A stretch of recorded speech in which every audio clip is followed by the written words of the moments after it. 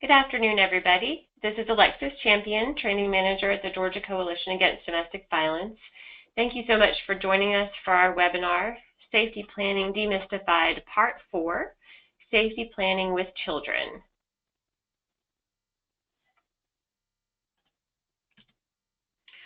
I want to go over a few housekeeping notes with you. If you can hear me now, if you could please raise your hand, and you can find your hand icon on the right-hand side of your screen in your control panel there. So I just want to test out our audio. And if I see lots of hands going up, then I'll know that it seems to be working. I see a few hands going up. Okay, I'm going to lower those. If you can see my screen now, if you can see the slide that says housekeeping notes, if you could please also raise your hand for me. Great. So everything seems to be working. If you feel like you're having any technical problems at any point during the presentation, you can contact Global Customer Support at 1-800-263-6317. or go to their website, support.gotomeeting.com. If you feel like you're having trouble with your audio, if it's choppy or the sound is coming in and out and you are using your computer speakers to listen, you may want to switch your audio to your phone, and you can access the call-in number and the access code to listen through your phone on that control panel as well under the audio tab. Depending on internet speed, we find that sound quality is often better listening through the phone than directly through your computer. So if you're having trouble with audio, I would recommend giving that a try. Throughout the webinar, we encourage you to ask questions or type in comments. We'll have a few scenarios that we'll share with you, and we'd love to get your feedback. You can use the chat box also there in your control panel to type in questions or comments to us. We are the only ones that will be able to see your comments, and we may ask the question to the group if we feel like it would be helpful to the other attendees, but we won't share your name unless you ask us to. So also you have some handouts that you can access now that are available for downloading. They're on your control panel. You don't have to download those or follow them during the presentation, but you're welcome to go ahead and access those if you'd like to. We will email you those handouts as well as the PowerPoint slides that you'll see today and a link to an evaluation of the webinar either later today or certainly by the end of this week. You should receive that email from us. Okay, so we want to give thanks to the Georgia Criminal Justice Coordinating Council for providing funding for us to be able to host this webinar for you.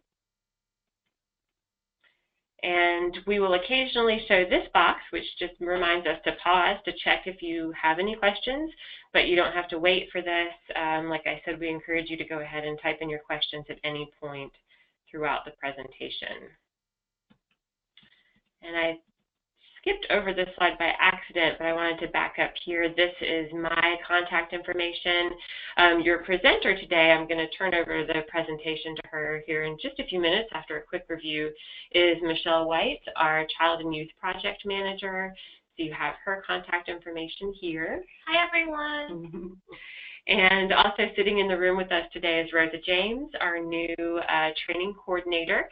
She's here just to observe and get to know GoToWebinar a little bit. We're thrilled to have her with us today as well. Okay, so for those of you that attended any of the first webinars in the safety planning series, you'll be familiar with the content of this review. But I also realize we may have some folks who were interested in this particular topic of safety planning with children who did not attend those initial webinars. So I just wanted to go over some of the basic concepts that we covered around safety planning. So this will be a quick review before I hand it over to Michelle. So first I want to highlight the difference between formal and informal safety planning. And what that means is that when we think about safety planning, typically we think of filling out the safety planning paperwork or form that we use that's often called the personalized safety plan, and it includes kind of fill-in-the-blank guidelines for various situations, safety planning in the home, safety planning at work or out in the community. It may include a checklist of things to take when leaving, and that's an excellent form. I love those safety planning forms. They are very helpful to remind us to cover all the different aspects of a survivor situation. But I want to encourage you all to think of safety planning in a much broader sense, that while it can be helpful to do that form at some point, we don't want that to be the only time we ever do safety planning with a survivor. And in fact, I think safety plan is more effective and relevant to the survivor when it happens spontaneously on an as-needed basis, and that's what I mean by informal safety planning. Also, that informal safety planning can be done by anyone in your organization. It doesn't have to be the advocate who is working specifically with that survivor. It doesn't have to be done during a meeting or appointment of some sort. It can just be a part of any conversation you're having.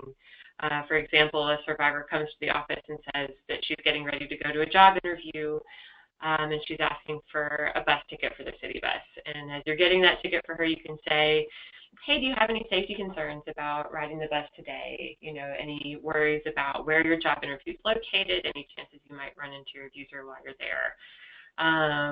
That's a great opportunity to do that quick, spontaneous safety planning just around that specific situation. It doesn't have to be that long, drawn-out, time-consuming conversation.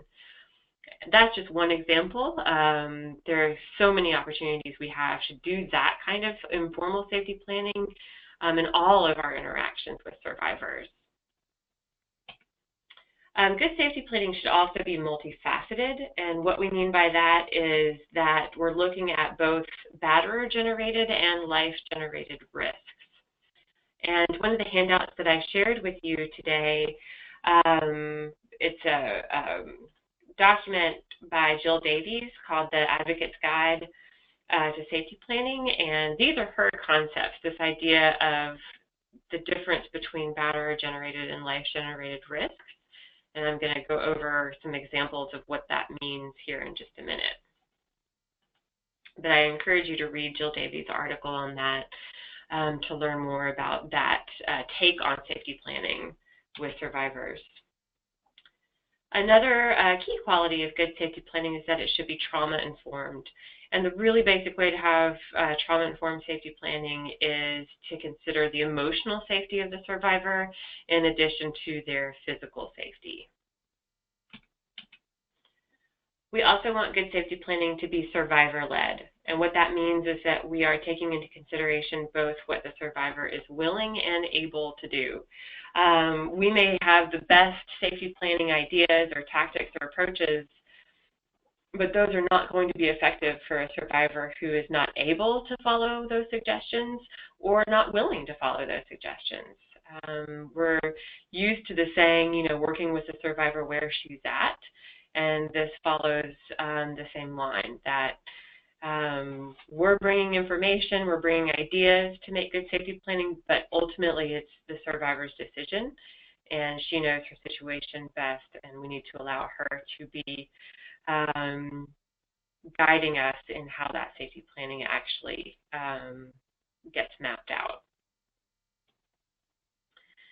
Good safety planning should also be fluid and ongoing, and this is why I encourage us to think beyond just the filling out of that safety planning form, because we have a tendency to fill out that form, put it in the file, check off the box that it was done, and then not really revisit it at any point. And the reality is that survivor situations evolve and change over time.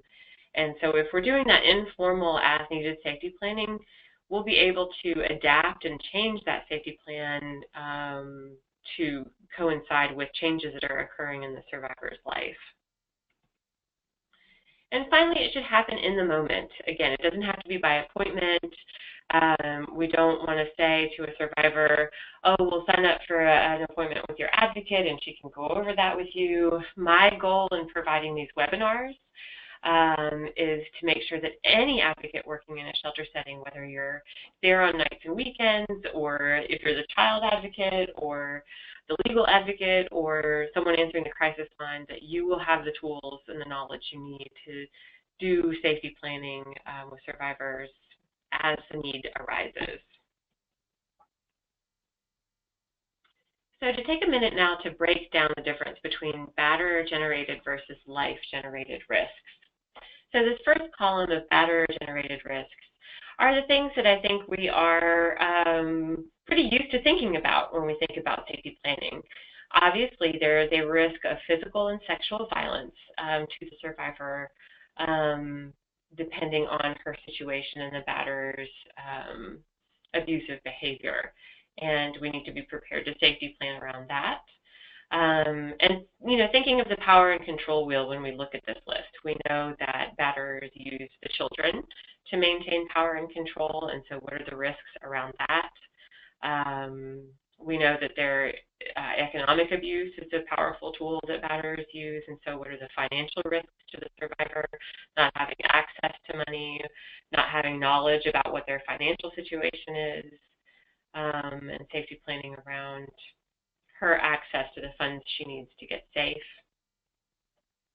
There are also risks around the psychological harm of abuse, including the emotional abuse, verbal put-downs, crazy-making behavior. And when we add drug and alcohol use to a situation, it can exacerbate the level of danger and the abusive behavior. And so it's important to safety plan around particularly the batterer's use of drugs and alcohol and how that might lead to higher risk situations. We also know that batterers will often threaten friends and family of survivors in order to prevent them from leaving, saying things like, if you tell anyone, I'm going to hurt your family or attack your parents, or if you go stay with them, I'll kill all of you. And so it's important to include friends and family when we're safety planning with survivors. And then finally, risks involving arrest or legal status. What is the legal status of the batterer? What's the legal status of the survivor? Also, we know that oftentimes law enforcement may threaten to arrest both people in a situation, not really understanding who the primary aggressor is, and safety planning around that if the survivor is going to call 911 for help. And all of those things are essential parts of safety planning, very important things to consider.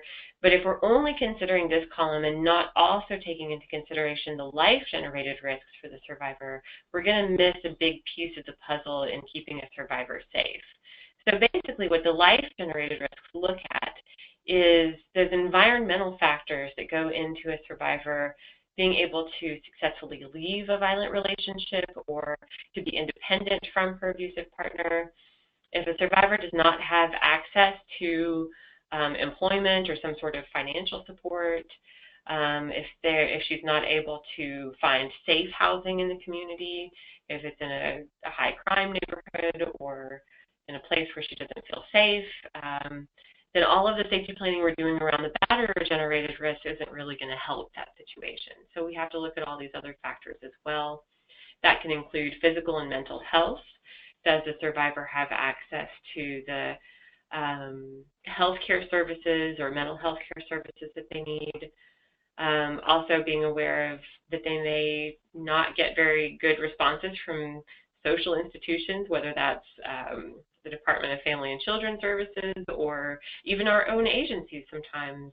We may provide some wonderful services, but it may not be exactly what the survivor is looking for.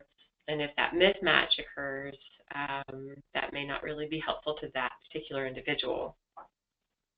And then being aware on a bigger picture that survivors may face discrimination based on race, ethnicity, gender, sexual orientation, and that's just a short version of the list of ways in which a survivor may be marginalized in their community and experience discrimination that prevents them from accessing all of these other things, finding a good job, finding a safe place to live. And so these are all barriers, right? When we talk about the barriers model, these are barriers to safety, and if we're not addressing them in addition to the batterer's behavior, we're going to miss a piece of the puzzle.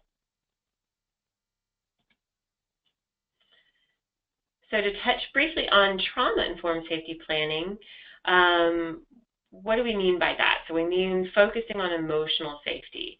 And part of that means that the survivor feels accepted, that they feel safe from emotional attack or harm. And so that's the emotional safety of their current environment, whether that's our shelter or staying with a relative. What does that emotional safety look for them? As advocates, we're very good at attending to physical safety. We're highly trained on those things. Just by the fact that we have confidential shelters, we're used to having those conversations, but we don't always remember to include emotional safety as a part of an actual safety plan.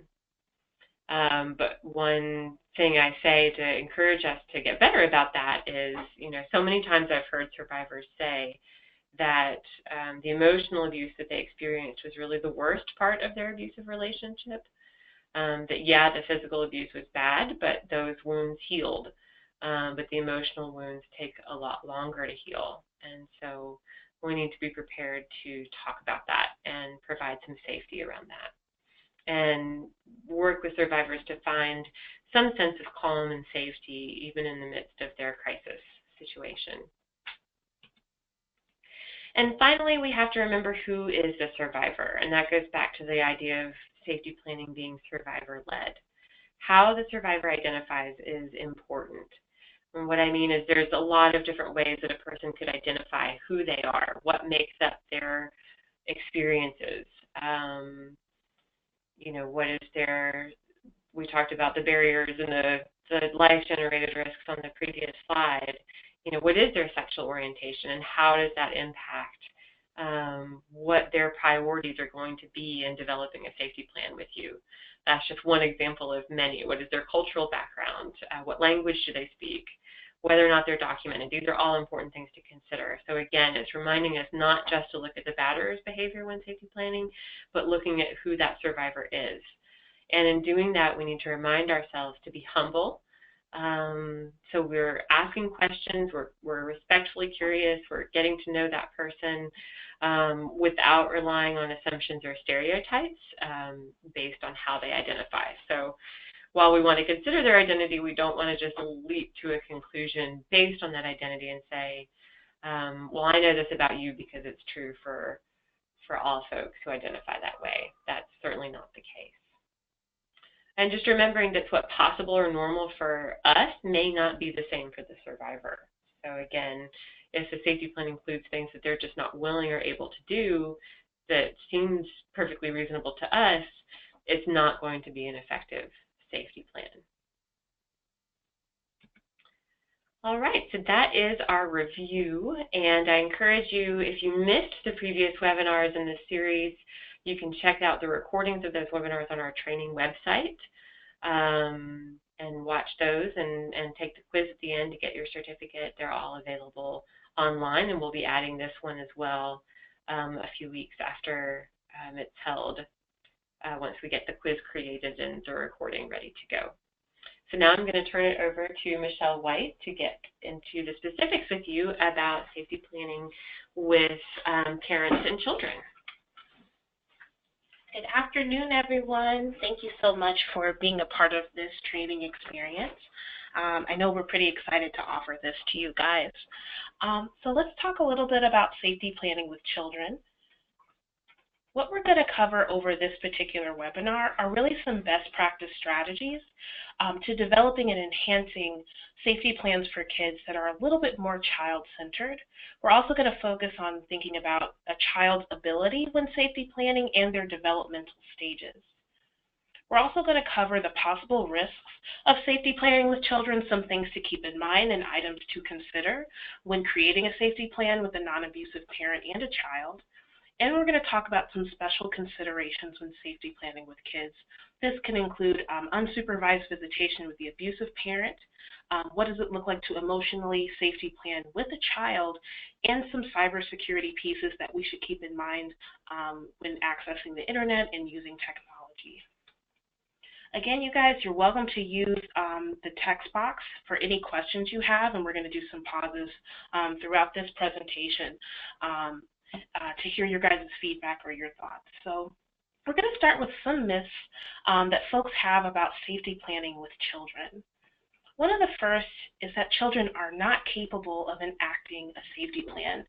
What's true is that some children do have the capacity, the ability, and the desire to plan for their safety. In fact, it's really great to include kids in the violence that's happening in their own home, as it could help alleviate some of the things that are going on within them. But we also want to focus that this is some children, not all children, even have the interest of creating a safety plan. But that goes into our second myth. Children feel overburdened with the adult responsibility of planning for safety. Something that we're going to reference throughout this presentation is children learn about safety at a really early age. One of the things I noticed when I started advocating with kids is asking them about their experiences of safety planning, and the first thing they tell me is fire drills. Right? They learn how to do stop, drop, and go. Sometimes they go over fire safety plans. We have to remember kids have a lot of resources and have many planning for safety within their own home around family violence could be helpful, as children could sometimes feel less burdened and more empowered with the development of a safety plan. The final myth we want to talk about are safety plans should only be created with children and advocates, or children are not included at all, and it's just between non-abusive parents and advocates. We want to focus that the non-abusive parent is essential to creating a safety plan with their children.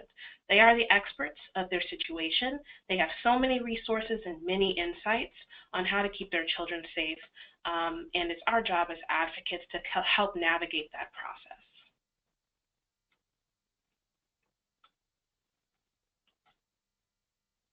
Some points to remember, just as we talk about safety planning with children, come from a really great resource. This is a book called When Dad Hurts Mom, Helping Your Children Heal the Wounds of Witnessing Abuse by Lundy Bancroft. We want to notice that adults are responsible for their own safety. We're going to talk about during this presentation how children can sometimes feel it's their responsibility to keep everyone safe. But when we're talking about safety planning with children, we want to recognize that adults are responsible. Non-abusive parents are responsible for keeping themselves safe. If a child makes a mistake and does a safety plan wrong, they still aren't at fault for what happens. We know one of the things that we talk about with children is how they aren't to blame, or it's not their fault that domestic violence is happening in their home.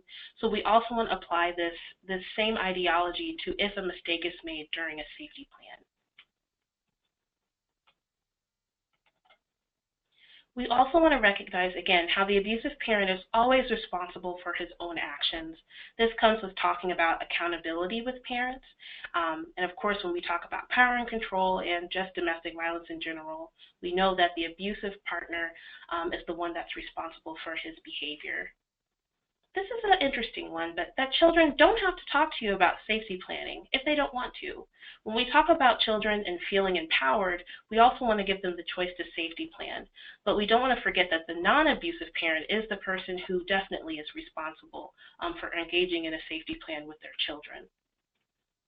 Again, children can't manage the abusive parent or make him change, and we know that safety plans won't always work. And if someone gets hurt, again, it's not the child's fault.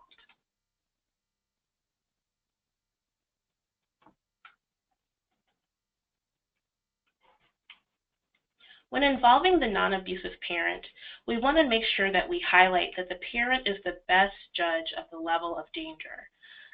And when we're creating these safety plans with caregivers and children, we're not developing a safety plan for this family. We're instead working together as a unit to create this safety plan. Again, we're going to share suggestions, options, choices, and we're going to think creatively. But again, we're not the experts in the room. Actually, the non-offending caregiver or the non-abusive parent is the expert on what's going on in their household. So let's get into some best practices for creating these safety plans for kids. The first thing we want to remember is that we want this plan to be simple and easy to remember. I like to say 3 to 5 steps usually is best practice, something that can easily be repeated, that kids can understand and to know. Another piece, depending on how many children are a part of the safety planning process, we want to adapt the safety plan to be understood by the youngest member of the family. If you have a 15-year-old, a 7-year-old, and a 5-year-old, could that 5-year-old remember the safety plan? That goes right into how this plan should be developmentally appropriate for the child to comprehend and understand. We want to make sure that kids are understanding how this safety plan is and they're not given complicated or difficult to follow steps. This also includes discussing different scenarios and preparing a plan B, which we're definitely going to get into in a little bit more detail. The non-abusive parent should be prepared to act if the children are unable to carry out the plan. Again, we're going to discuss this a little bit in more detail, but this is why it's important to talk to that non-abusive parent. We want to ask the non-abusive parent and the child, what does it mean for them to have a safe space?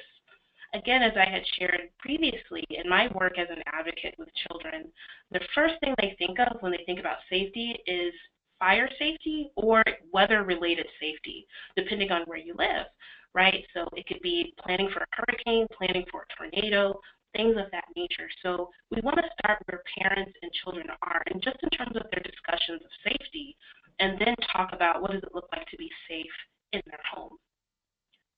That brings us to discussing safety planning for inside and outside of the home. We know that domestic violence can happen in any space, and sometimes domestic violence happens outside of the home, and that sometimes children can feel safer inside and outside of the home. So make sure to include this in your discussion with families about how to plan for safety. Finally, we want to emotionally check in. This may be the first time that some of our families are talking about planning for safety inside of their home around family violence. It can be emotionally charging for the non-abusive parent and the child alike.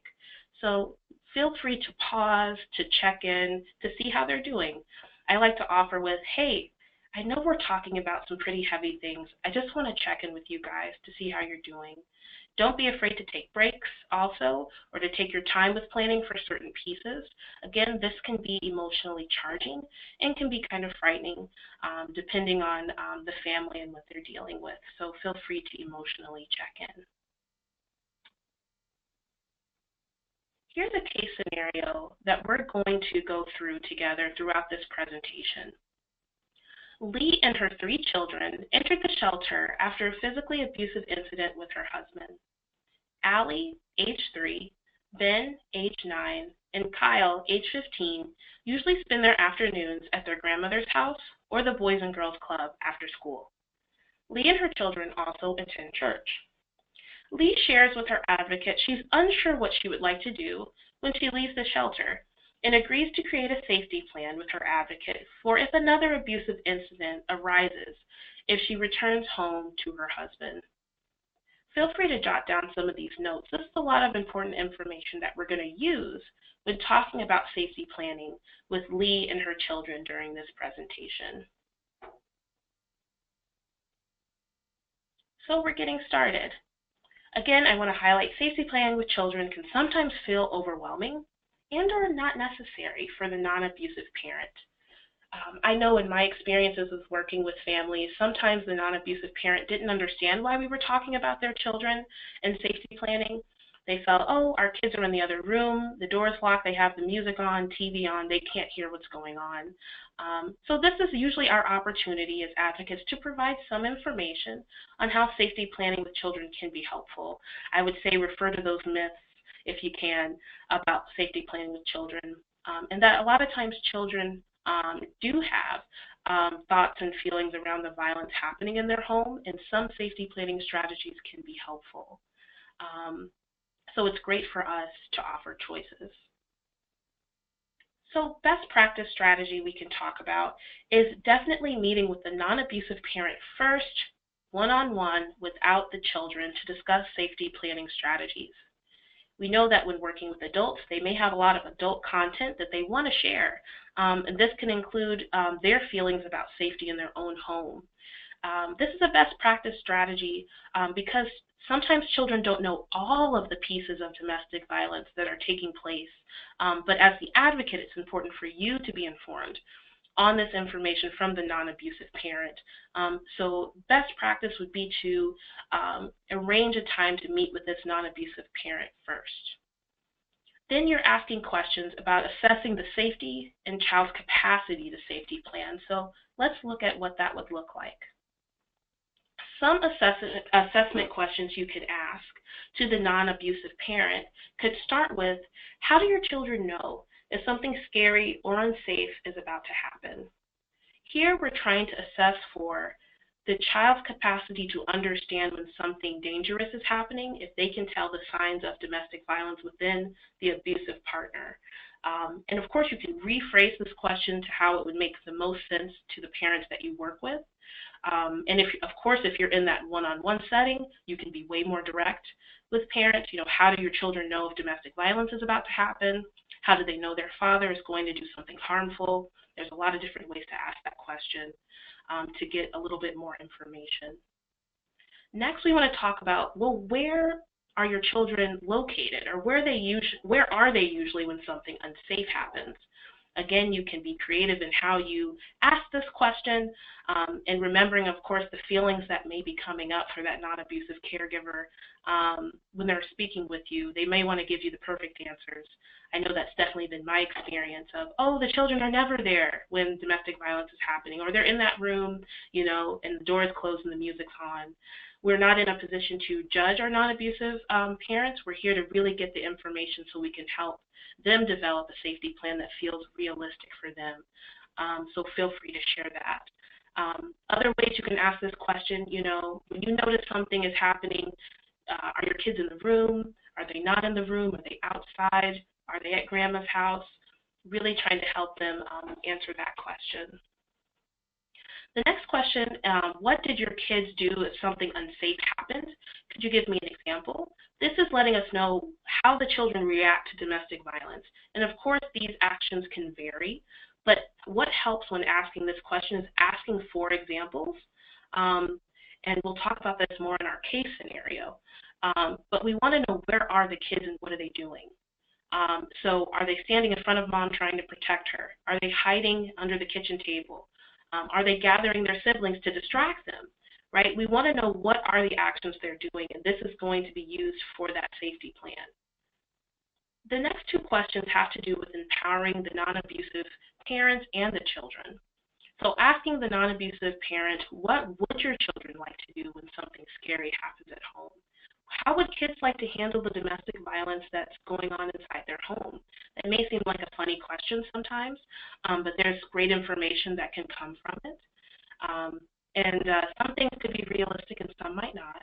A lot of kids would like the violence to just stop, and that's okay. That's something we can validate too.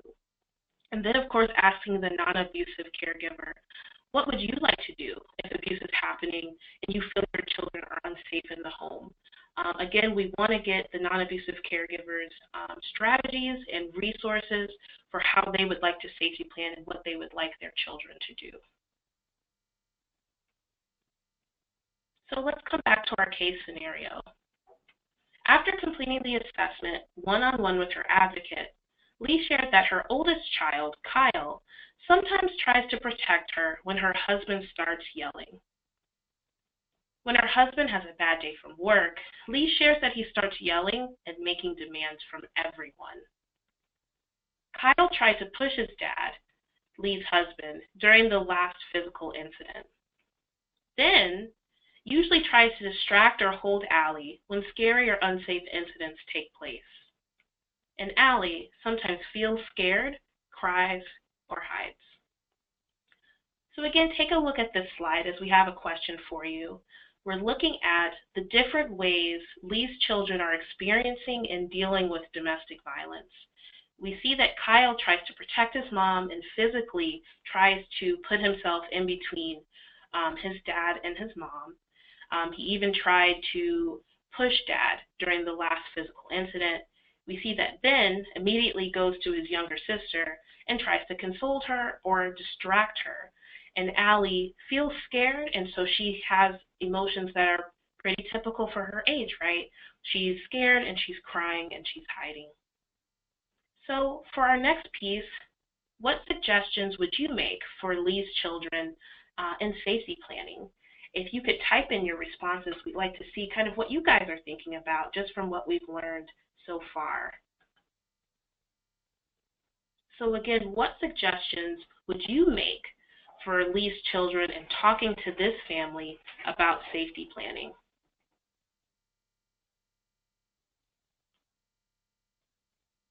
Feel free to type your responses in the text box.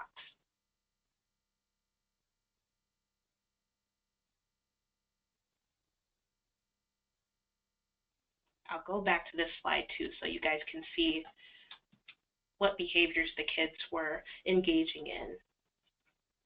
What suggestions would you make in terms of safety planning? And while you're typing in your suggestions, remember to think about all three of the children and their different ages. What do you think would be an appropriate suggestion for Kyle versus what might be helpful to Ben or helpful to Allie based on their different age ranges? So we want to hear from you guys.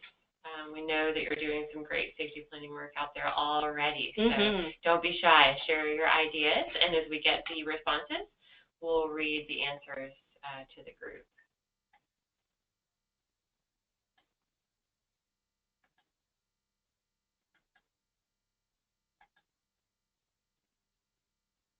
One thing that's coming up for me as I'm considering the scenario is around Kyle and the fact that he pushed his dad during the last incident.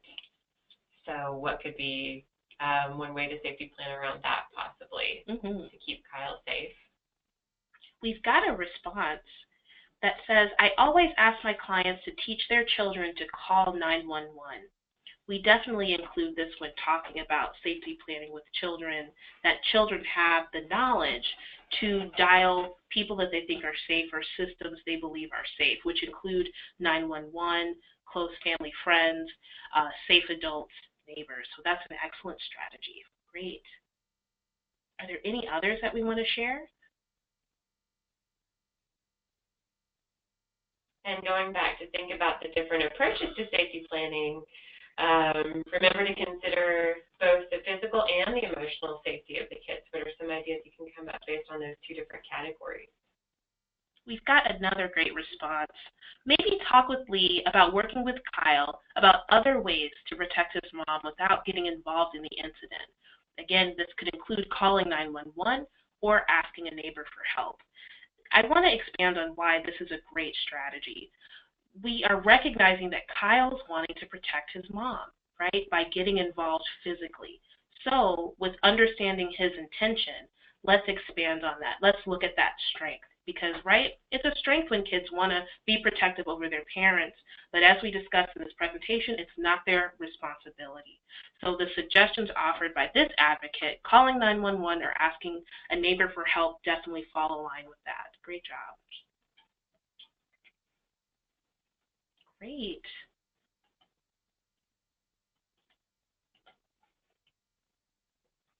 So let's take a look at this graph.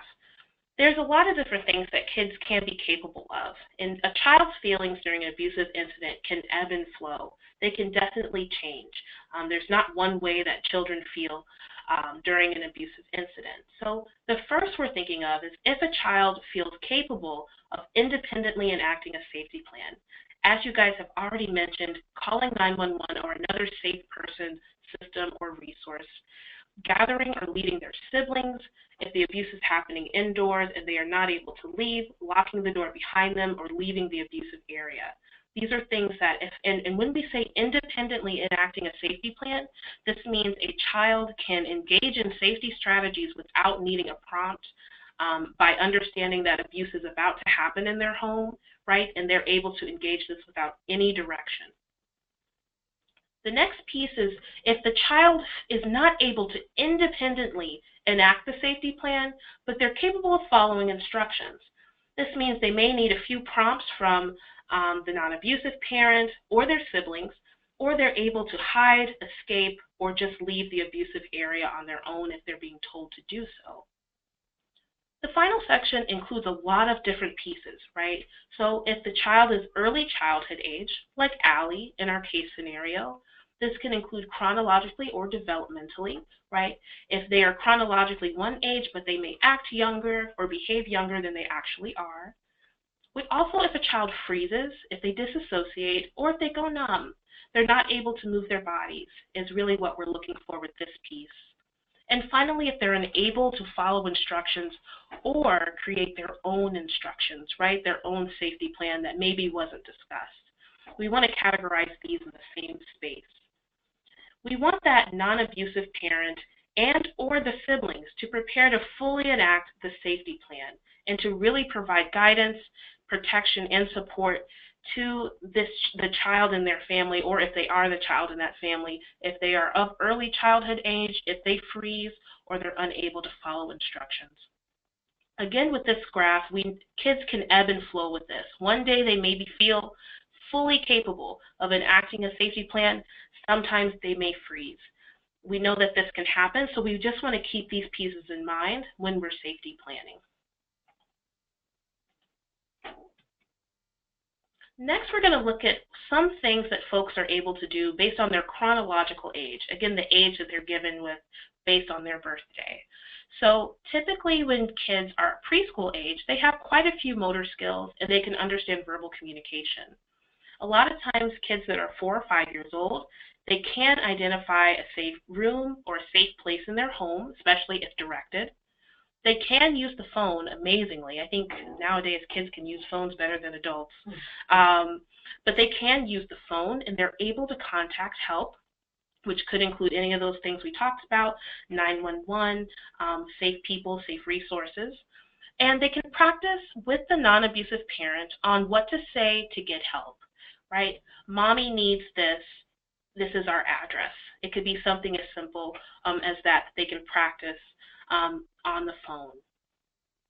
When children are a little bit older, we're thinking ages 6 to 11, school aged, we can definitely talk to them about the importance of them being safe and how adults are responsible for taking care of themselves and taking care of their own safety.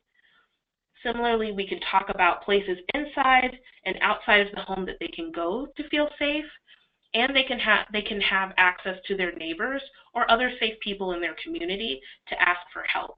Of course, in discussing that with the non-abusive parent and with you guys, the advocates. Then we have our young people, our adolescents or teenagers. We want to talk to them about what works and what doesn't work. This is especially helpful after you've had that one-on-one time with the non-abusive caregiver. And then we want to ask our young people. A lot of them have, again, resources, and they have a lot of insight. If they've experienced domestic violence in their home and they have safety planned before, a lot of times they have in some way. We want to talk to them about what does work and what doesn't work from their own perspective.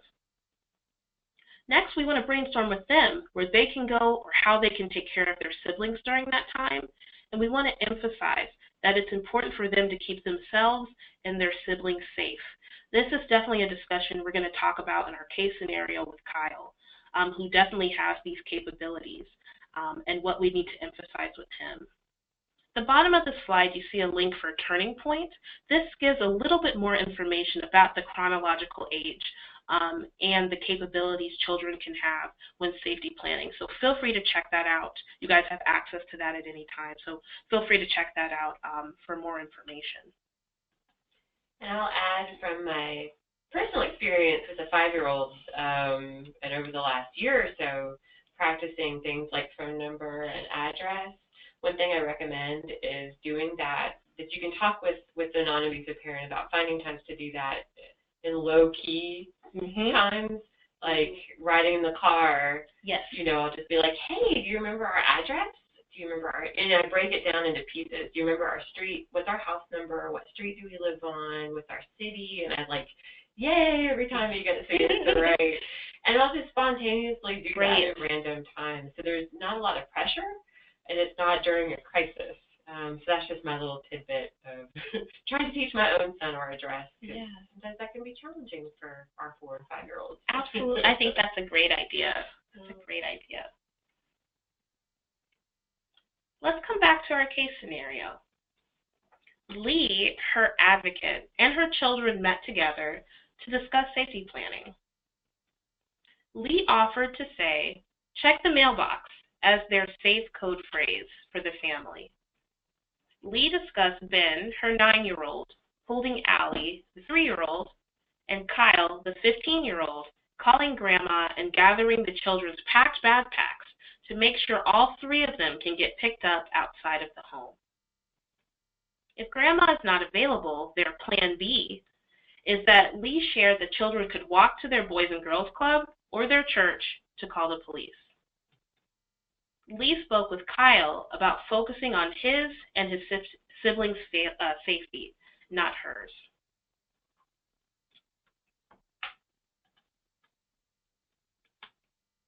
So those were a lot of different safety planning strategies that we talked about with Lee. She offered to say a safe code phrase, something that she knew wouldn't trigger the abusive parent, but would make sense to her kids by saying, check the mailbox. She also talked about looking at the kids' different strengths on what they can do to safety plan. This included Ben holding his sister like he already does, right? And making sure she's okay. And then Kyle, again, going back to protecting his family, being able to have some action plans. So this includes calling his grandma, who was a safe person, gathering their backpacks, which were already packed, and making sure they could get picked up outside of the home, that grandma could come get them. Similarly, they talked about what if grandma's not available? Grandma's usually available, but what if she's not, right? Let's talk about plan Bs. They could walk to their Boys and Girls Club, a location they were very familiar with already, or their church, again, a place they really were familiar with already. And Lee already began the discussion of Kyle, focusing on his safety and his siblings' safety, not mom's safety. So look at this slide right here. As you see to the right, we see that it's a home, that it's someone's home. There's arrows being pointed to a tree. I have to let you guys know the secret. This is not a safety plan based on domestic violence for kids. This is actually a fire safety plan that's really easy to follow for children. It's interesting how many things these things have in common. We can draw out a picture of the home. We can talk about ways that kids can exit if we can't go this first place, which says number 1. Then we go out this place number 2. And of course, I love using colors. That really helps with kids being able to visually put things together on their safety map. So just like we heard in our case scenario, it could be really helpful to create a familiar code word or phrase that children and the non-abusive parent can use. And of course, that's developmentally appropriate and makes sense for all members of the family.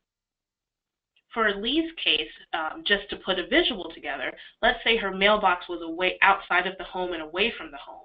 So no matter what, the kids would have to go outside. That's really something that makes sense for the kids and for Lee. Similarly, just as we can see to the right, you can create a safety map of the home, of the neighborhood, or the community when discussing safe places that the children can go. Again, we really want to rely on the non-abusive parent. We want to talk to them about what does it mean for their children to be safe and how they can leave the home. Sometimes, depending on their community, they can't walk outside, maybe as Lee's Plan B included, and they have to get picked up by someone. There's so many different options. We just want to make sure we're open to hearing what those options could be. And just as Alexis described, children can learn to use their address, how to use the phone, dialing safe phone numbers, and how to dial 911. I want to reemphasize how Alexis explained, especially with younger children, how this can be helpful, just kind of randomly talking about it, not in crisis, to kind of get that memory going so kids can just remember on a whim, oh, Mom used to tell me that all the time. I know exactly what to do, right? That can be incredibly empowering.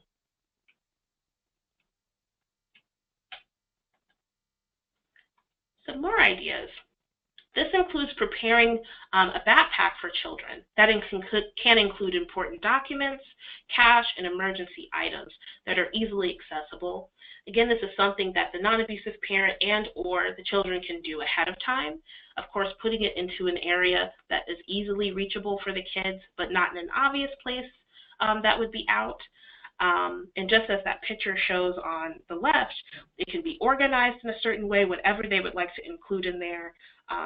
Anything that could be important if the kids had an overnight stay at grandma's, things like that. We also want to include medicine, extra diapers, right? Extra things for our infants, extra changes of clothes, things like that. So they can prepare this backpack to keep in the home, or they can just have this backpack ready to go at someone else's house.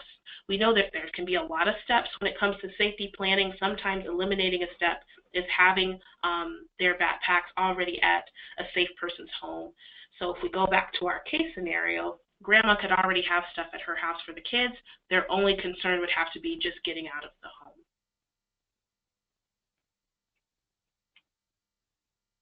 If it's developmentally appropriate, feel free to teach children to be mindful of unsafe or scary behaviors in the abusive parent. Again, this may not be helpful or developmentally appropriate for all children, but in talking with that non-abusive caregiver, we definitely want to see if this is appropriate because this can help children be safe. We also want to advise children to stay away from rooms such as the kitchen or bathroom due to access to weapons and their limited access to exits in those areas of the home. We want the non-abusive parent to also discuss what will or what can happen after a safety plan is enacted. Kids may be able to go through the different steps of the safety plan, but they may be worried about what happens to their parents if their parents are not included in the safety plan. So that brings us back to our case scenario. Kyle seemed frustrated during the safety planning process, as he wanted to make sure his mother was going to be okay if he left her alone with the abusive parent. Lee, the advocate, and Kyle discussed Lee calling Kyle from his cell phone or from Grandma's house, and discussed Lee also trying to leave the home to go to Grandma's house after the children had left.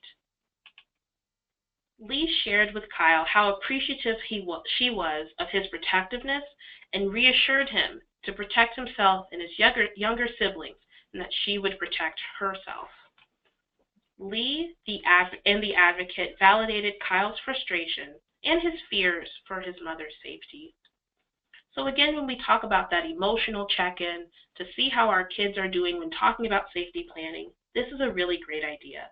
It's clear Kyle was not totally down for the just focusing on his siblings and calling grandma. He wanted to do more, and ultimately he was just afraid for what would happen to his mom if he's not there, right? And Kyle definitely shares those feelings with a lot of children who are exposed to domestic violence. So there's concrete things that parents can do to help reassure their children, having some strategies on how they can be in communication with them, to discuss that they are also engaging in safety planning and what that looks like. And then there's emotional ways to help address this by, again, recognizing Kyle's strengths of wanting to protect his family and that he can still do that, and it would make her feel safer if he would do that, and always reassuring that she is protecting herself, that she can take care of herself. And just validating how frustrating this can be for Kyle and how fearful he is feeling about his mom's safety. We definitely want to validate that for Kyle.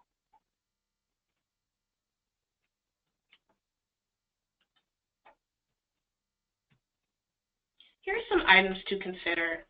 We know that there can be a higher risk of harm if the abusive parent is aware of the safety plan, and this is something to discuss with the family and in different ways.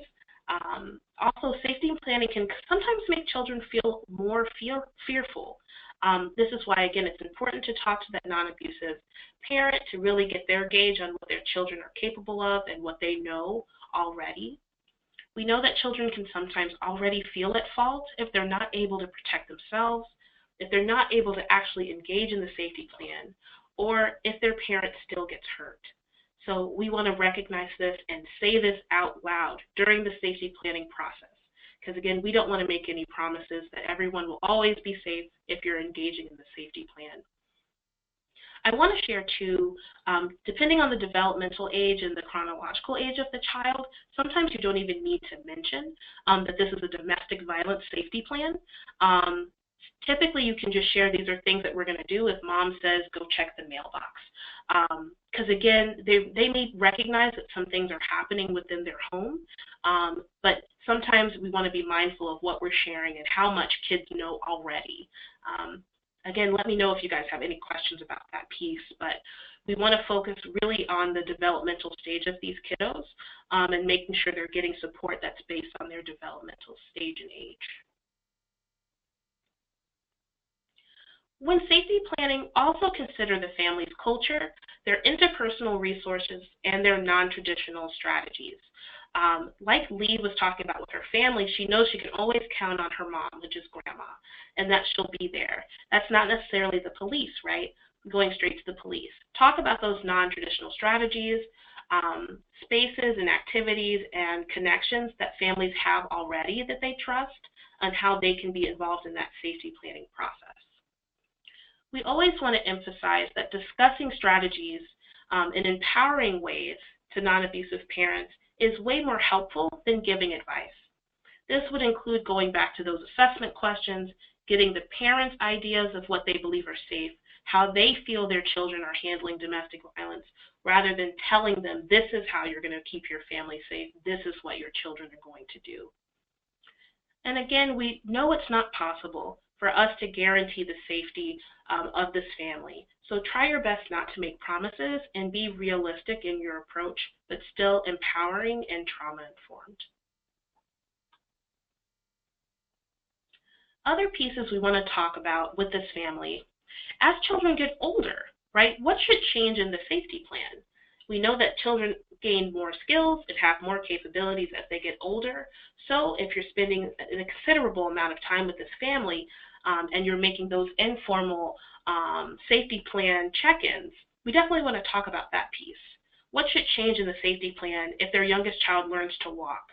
Or what should change in the safety plan, or should anything change in the safety plan when your 16-year-old begins driving too? We want to talk about all of those developmental pieces on a regular basis. This also gets to what if other circumstances in life occur? What else should change in the safety plan, right? What if the oldest child has a new job and starts working and spending a considerable amount of time outside of the shelter or outside of the home? Or what if Ben starts playing soccer, and so every Tuesday and Thursday we're going to the soccer field at school at night? We want to talk about those life changes and ask some more questions. Do they have any safety concerns around the holidays, right? Were there holidays that were usually spent with the abusive parent? What are we going to do to preserve safety there? We want to talk about children's sports activities, extracurricular activities, attending spiritual or community celebrations or events. Again, be open to exploring those things on a formal and informal basis.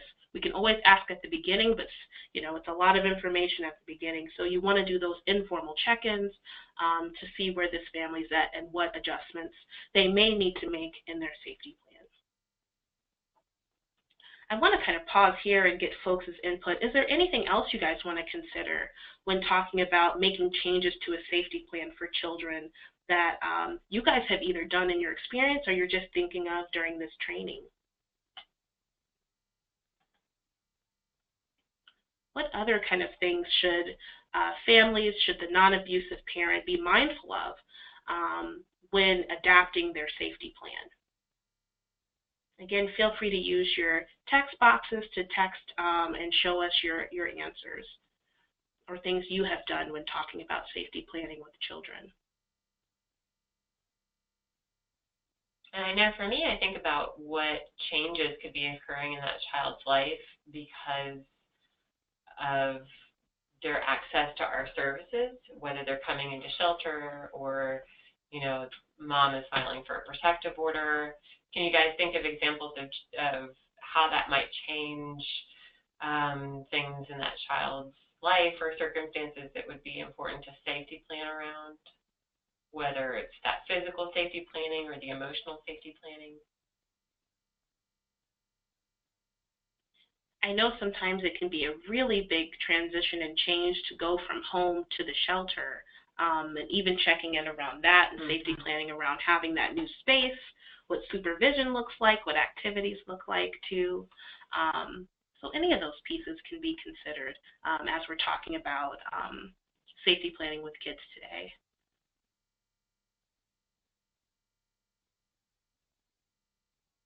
Or if you have questions about anything we've covered so far, of course, we want you to type those questions into your chat box as well.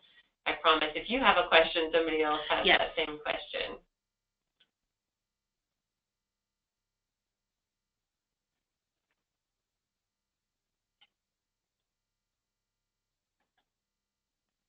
Okay.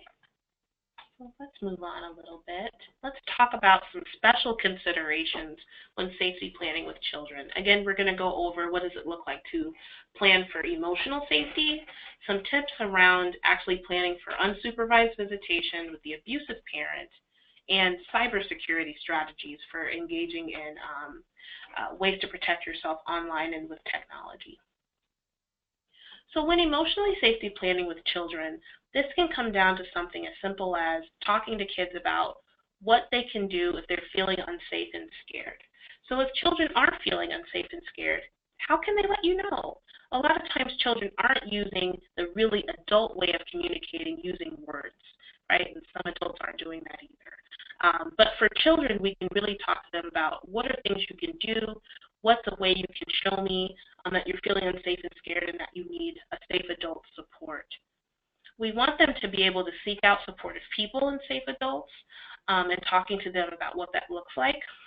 One of my favorite activities to do in children's group or with a family is making a caregiver map, having that child in the middle of the map, their name or their picture of themselves, and then different things that they need and the people they can go to for that. And this helps kind of expand a child's kind of list of supportive people.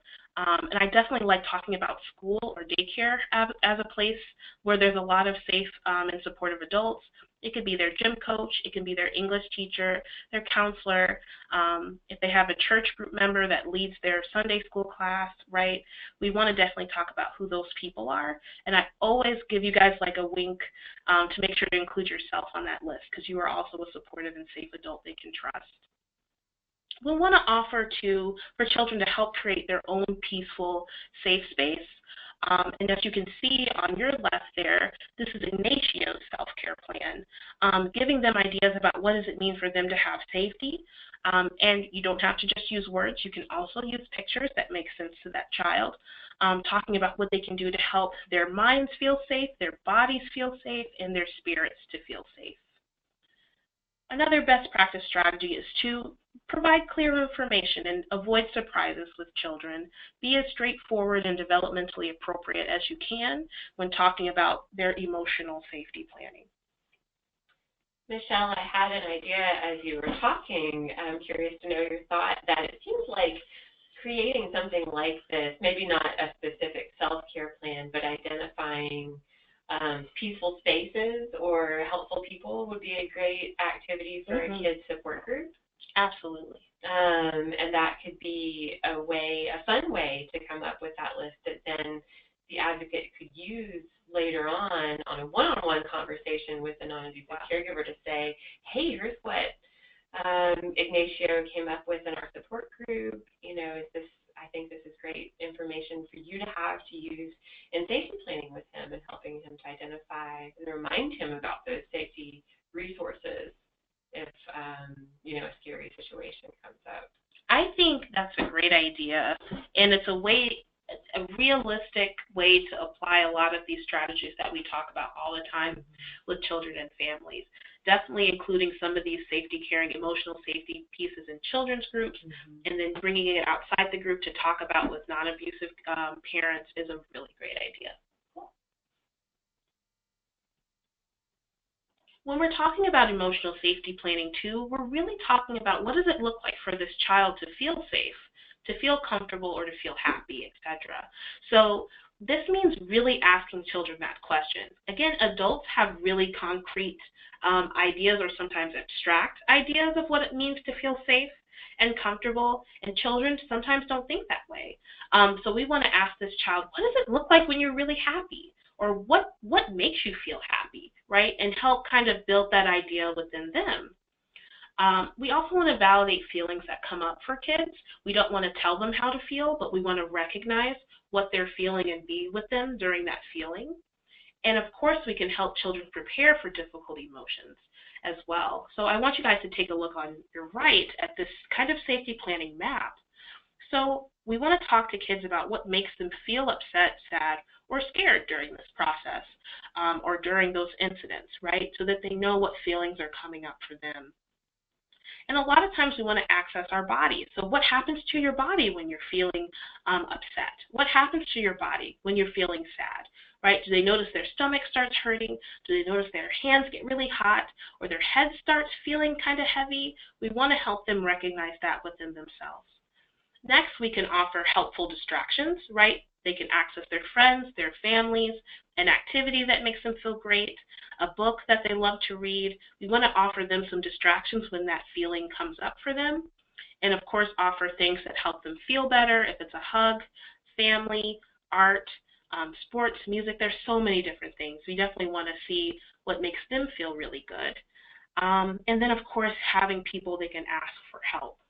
I remember I was safety planning with this 13-year-old, and the number one thing that helped him feel regulated and centered was drawing, but not drawing just anything. His favorite video game, I think it was Five Nights at Freddy's.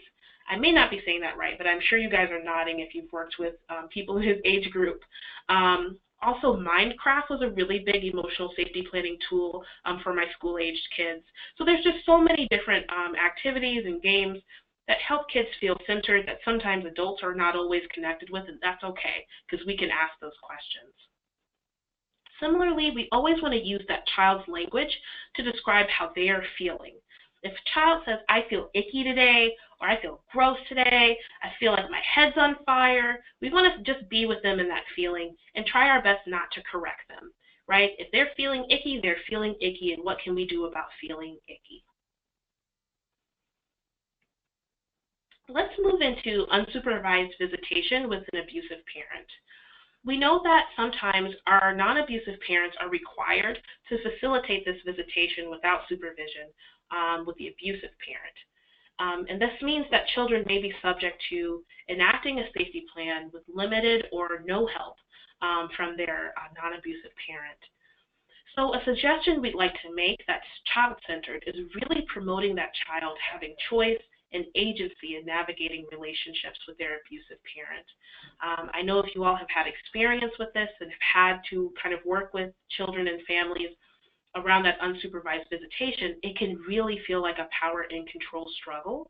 And sometimes those elements on the power and control wheel are increased during this time. And so if there's any way children can have some say and some choice and how they navigate that relationship, even validating to a child that doesn't want to see their abusive parent, that they just don't want to see their parent and they know they have to. This is incredibly important for having that emotional stability. We want kids to have some choice, some say, even if it's just in how they feel. And that's where we'll go here. So discuss what that child feels. Discuss what about it that they feel unsafe with their abusive parent. And validate that experience for them, and explore options for the non-abusive parent to make arrangements. I've worked with this was a different 13-year-old and his mom. He had unsupervised visitation with his father, and during this time, he would be in a locked room with his father, and the door could only be opened from one side, unlocked from one side, so he'd be stuck in the room with his dad, and that made him feel very unsafe. So in talking with the non-abusive parent, we talked about how the non-abusive parent could make arrangements for her to be a few feet away from the visitation spot that still respected their protective order. And she gave her son a cell phone that he could call or text her from using the codes that they created. In case he felt unsafe, mom could immediately call law enforcement, or in an emergency, she could just come and get him. And mom had the space and the time to make herself available every time they had visitation.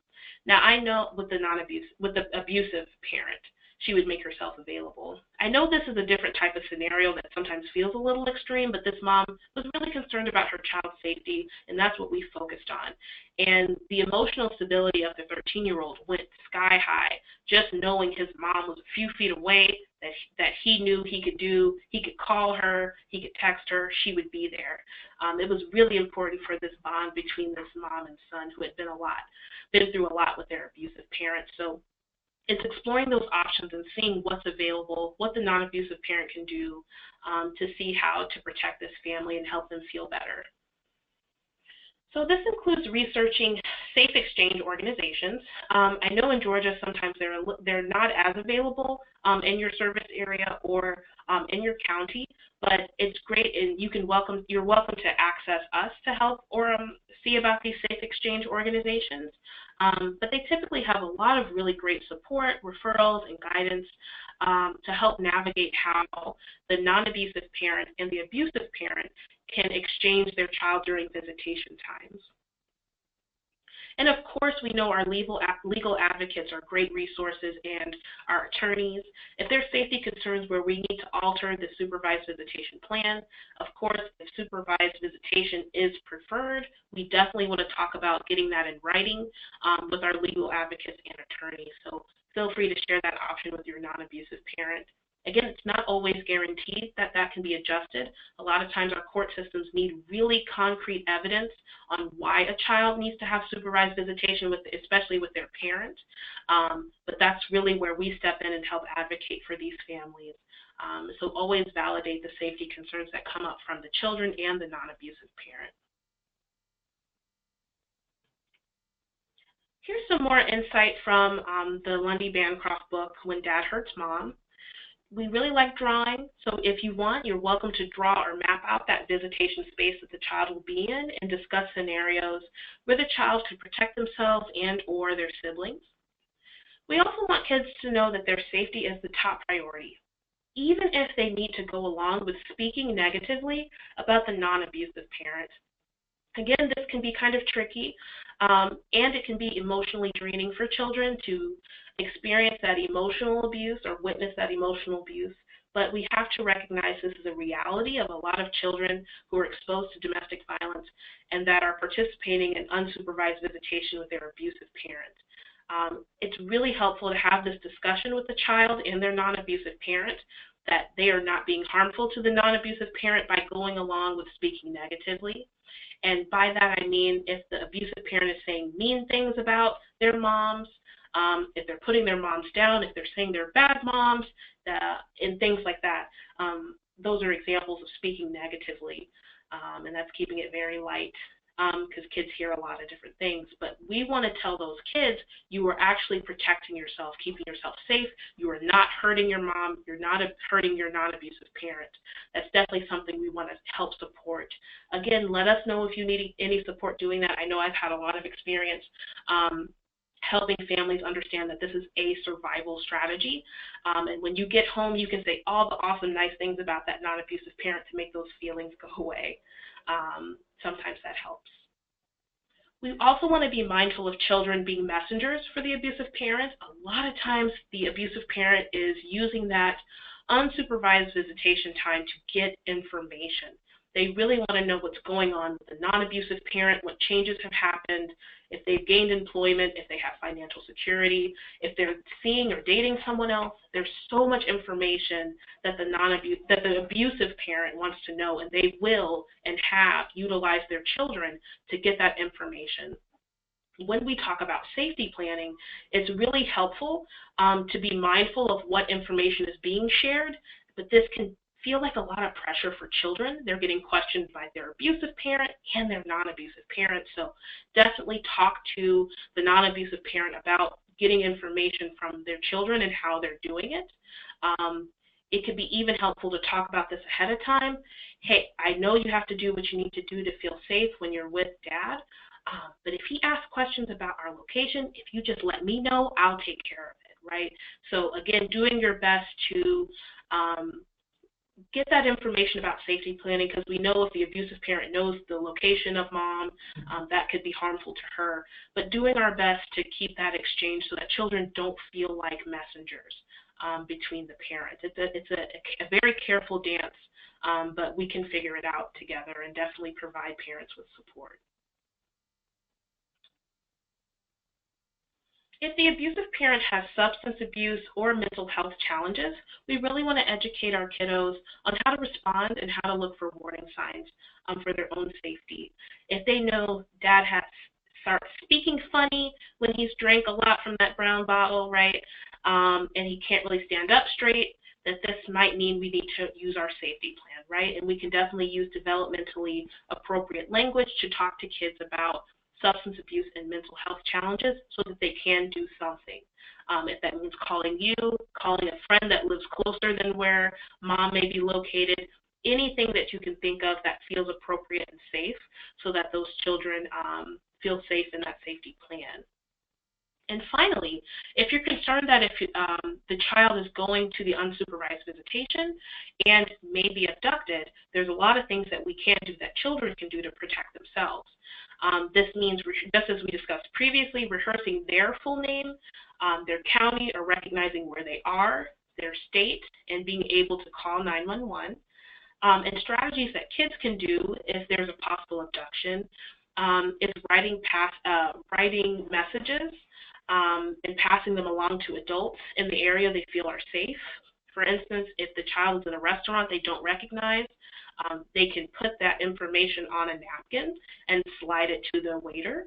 Another option that Bancroft talks about is leaving those messages in public restrooms, especially women's restrooms, that are most likely someone's going to be there and somebody's going to see it and read it. So again, really take the concerns of our non-abusive parents and our children seriously and talk about safety planning around those pieces. Are there any more things? Again, we're going to open this up a little bit for folks to use the text box. Are there anything else or any other strategies you've talked about or have questions about when it comes to safety planning around unsupervised visitation with the abusive parent?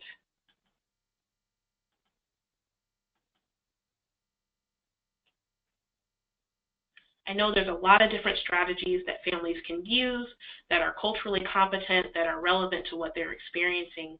I'm curious if anyone has other strategies they'd like to share, or if they have questions about safety planning around unsupervised visitation.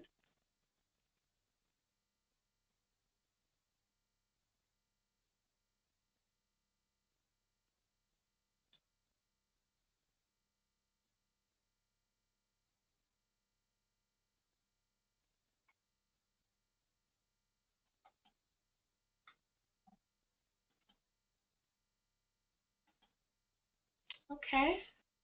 We're going to go to our final piece of our presentation today and talking about cybersecurity.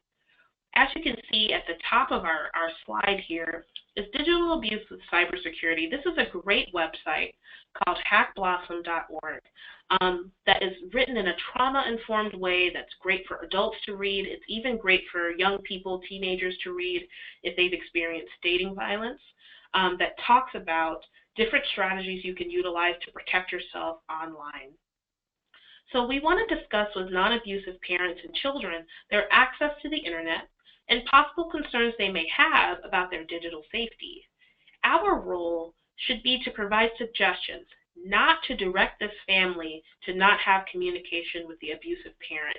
It's not always the safest strategy to cut off communication with the abusive parent. It in fact could make things worse, or it could increase their ability to feel safe, decrease their ability to feel safe. So instead, we want to help kind of navigate and guide this process by getting some more information, not to direct the family to not have communication with that abusive parent. That means sometimes not always advising families to block the abusive parent from their phones or social media or things like that. So some concerns that families might have when you open up this discussion include them feeling harassed or being harassed on the phone, through email, or through social media by the abusive parent. They could use excessive direct messaging and or texting. This can also include comments. They could make excessive comments on their pictures, on social media posts, or things like that. Also using GPS or geotags to stalk the non-abusive parent or the child's location. I know with a lot of social media, there's a lot of ways to put your location out there. So we're going to talk about that too and how that can be included in safety planning. We also know that abusive parents can survey the online activity of the family or have unwanted access to online accounts. They can find ways to hack into social media, email, phone accounts, and utilize the accounts to what they would want to use for it. So let's talk about some suggestions we can share with families. The first, and usually the easiest you can do, is just protect your passwords. This means updating and changing passwords regularly. This can be for all of their different accounts, for the children, young people, and for the non-abusive parent.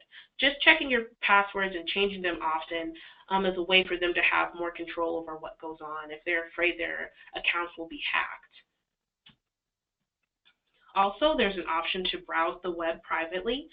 You can look on your web browser, and I think it's usually called incognito. You can go incognito on your page, so it's not remembering the things that you're searching on the computer. Let's say that one of the kiddos brings their laptop to visitation with their abusive parent, and their abusive parent tries to go on the internet and look at their history, right, to try and find information. If they're keep their web browse private, that means that the computer or the internet browser is not remembering the things that have been looked on or searched. This is a really big one for our big social media users. We want to be mindful of anonymous or unrecognizable follower or friend requests. I know that for a lot of young people, especially in my family, they like to have really big follower accounts. They want to have tons of people following them all the time, and that's part of their experience of using the internet. But we want to talk about that safety. We know that sometimes abusive partners or abusive parents will create anonymous accounts or take on the identity of someone else in order to have access to your social media account. So we definitely want them to be vigilant of that. Next, also just securing the social media account that they have. This can be challenging if they really like to have their social media account open for different things, but we want to talk about how they can have a lot more control and a lot more power if only they can control who views their social media accounts. That means that their accounts would have to be private. There's also an option to create secret accounts, and this depends on the type of media that you're using. And things like that. And I know that hackblossom.org website has a lot more information on what that looks like to create secret accounts. Sometimes folks even create all new social media accounts to ensure their own safety online. So we definitely want to talk to kids and non-abusive parents. If that's a safe option, it might not be. But if it is, we want to talk about that too. Of course, we want to back up your data, especially if abusive parents have access to information and they may try to hack it or put viruses on some of the media or technology you're using. So you want to be mindful of that when using technology, and kids definitely need to be mindful of that. Another step you can also take is just a two-step verification. This means that there's not just one way to enter like an email account or a social media account, but there's a two-step piece. I know for Google's email, Gmail, they have an option with two-step verification. The first is you enter your password. The second is you'll receive a code texted to your phone. Again, this may or may not be helpful, but sometimes it's nice to have these things just in place. There's also different methods you can use if your password is used in a different location, and non-abusive parents and children can get notifications to them that says, hey, somebody tried to get into this account from the library at this location at this time. If that wasn't you, okay, you can ignore this message, but if it was, please contact us and we'll do something about it. I like to explain to families that just setting these things up in place can have different parts of media guarded for you, and you don't have to constantly be worried about it when they're in place at the beginning. Then, just like protecting your passwords is something you can do on a regular basis, deleting or clearing information from your computer regularly is a great practice to get into.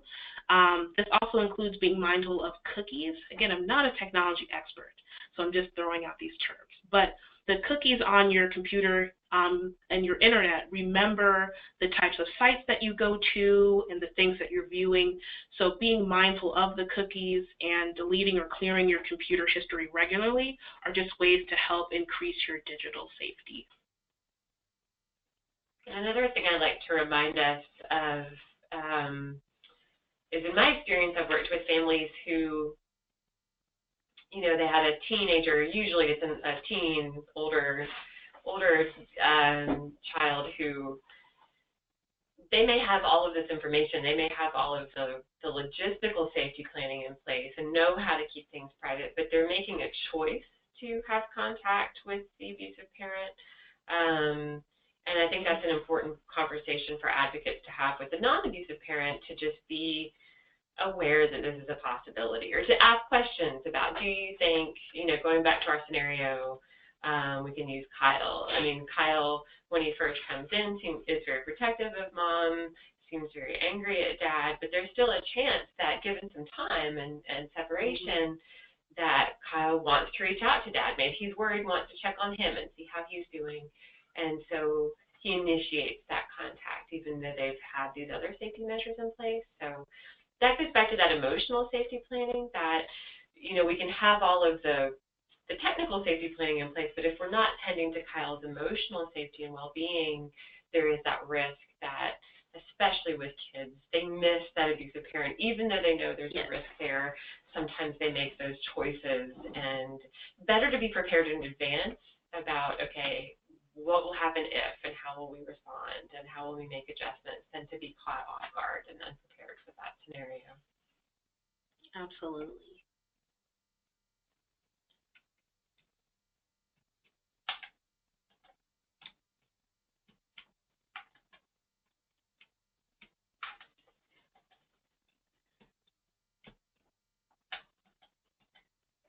This brings us to the end of our presentation today. We would love to close from hearing from you guys. Are there any questions coming up on safety planning for children, or any other thoughts you'd like to share kind of about this process and the content we covered today? Feel free to use your text box so we can see what you're sharing.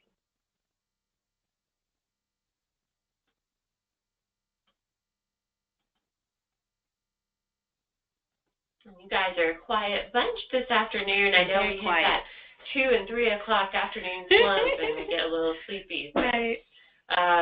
Like Michelle said, we'd love to hear from you if you have questions about what we've gone over today. If something comes up for you later on, feel free to email us, or you can reply to the email that I'll send out with some of the with the handouts that are here and some of the additional resources that we've mentioned.